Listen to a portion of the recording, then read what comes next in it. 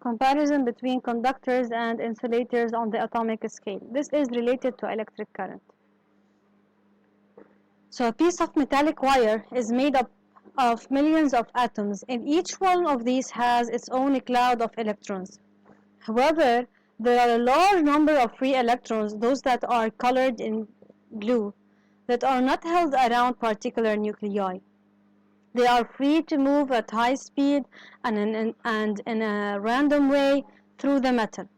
When a voltage is applied across the metal, these free electrons are all made to move in a certain direction. The flow of electrons is the so-known electric current.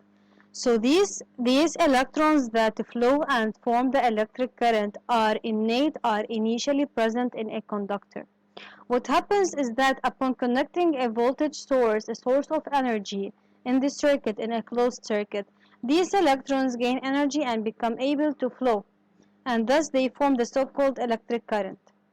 Diagrams showing the difference between a metal with a large and a constant number of free electrons and an insulator that has no free electrons. So here the orange circle represents the atom with the electrons that are tightly held to it.